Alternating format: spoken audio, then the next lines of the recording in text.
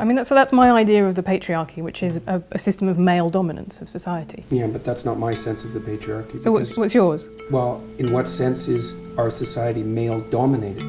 The fact that the vast majority of wealth is owned by men, the vast majority of capital is owned by men. Women do more unpaid labour. Very tiny proportion of men, and a huge proportion of people who are seriously disaffected are men. Most people in prison are men. Most people who are on the street are men. Most victims of violent crime are men. Most people who commit suicide are men. Most people who die in wars are men. People who do worse in school are men. It's like, where's the dominance here precisely? What you're doing is you're taking a tiny substrata of hyper-successful men and using that to represent the entire structure of Western society. There's nothing about that that's vaguely appropriate. But I could say equally well that most rape victims are women. You know, terrible things happen to people of both sexes. And you could say that with perfect utility, but that doesn't provide any evidence for the existence of a male-dominated patriarchy. Well, it just means that terrible things happen to both genders, which they certainly do. But there are almost no women who rape men, for example. So that is an asymmetry there in sexual violence. Well, yes, there's an asymmetry in all sorts of places, but that doesn't mean that Western culture is a male-dominated patriarchy. The fact that there are asymmetries has nothing to do with your basic argument. No, but you might This is a trope that people just accept. Western society is a male-dominated patriarchy. It's like, no, it's not.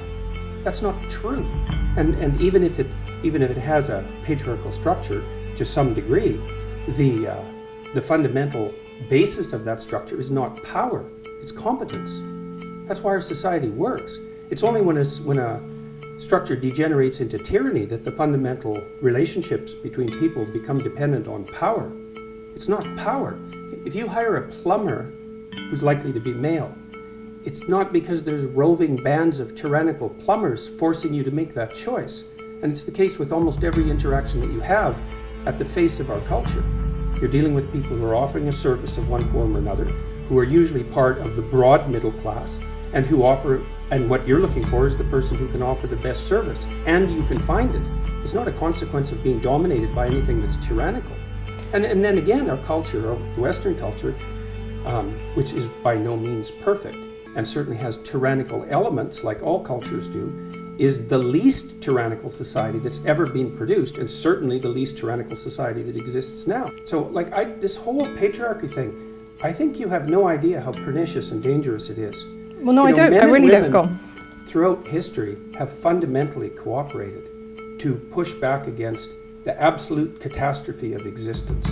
A terrible death rate, the probability of chronic starvation, early death, disease, the difficulty of raising children, with all the death that was associated with that.